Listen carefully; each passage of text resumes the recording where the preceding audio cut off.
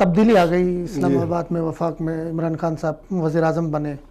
تو گلگت کی طرف یہ تبدیلی کی ہوائیں کہاں چلی ہیں؟ اور ساتھ میں گلگت میں کچھ آثار نظر نہیں آ رہے ہیں، اسے آپ کی پارٹی کے بھی کوئی اتحاد ایسا نظر نہیں آ رہا ہے، مختلف لوگ بیٹھ کے ایک دن میں دو پریس کانفرنسیں ہو رہی ہوتی ہیں گلگت میں، تو گلگت میں کہاں کیا ہوگا؟ بڑی افسوسناک بات ہے، بڑی پارٹیوں میں ہوتا ہے، تقسیم ہوتے ہیں، گروپس ہوتے ہیں، لیکن ہماری کچھ تھوڑا سا زیادہ ہوا میرے خیال میں. تو ہماری جو فیڈرل حکومت ہے وہ اس وقت بہت سارے پاکستان کے ایشوز میں الجھی ہوئی ہے، جس کی وجہ سے گلگت بلتستان میں، کیونکہ اس وقت نون لیگ کی حکومت ہے، ہمارا تو صرف ایک گورنر ہے، باقی پورا سیٹ اپ نون لیگ کا ہے، اور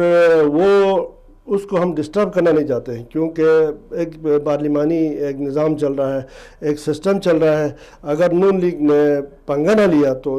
ہم ان کو چلنے دیں گے، وہ اپنا کام کرے، کرپشن ختم کرے، وہاں نوکریاں بک رہی ہیں، ٹھیکے بک رہے ہیں، وہ ختم کرے، اور جو عمران خان کا ویژن ہے اس کے حساب سے کام کریں گے تو انشاءاللہ چلنے دیں گے. نہیں وہ نواز شریف کے لائن پہ لگیں گے تو پھر ان کو بھی اڈیالے کے اچھا اس میں دیکھیں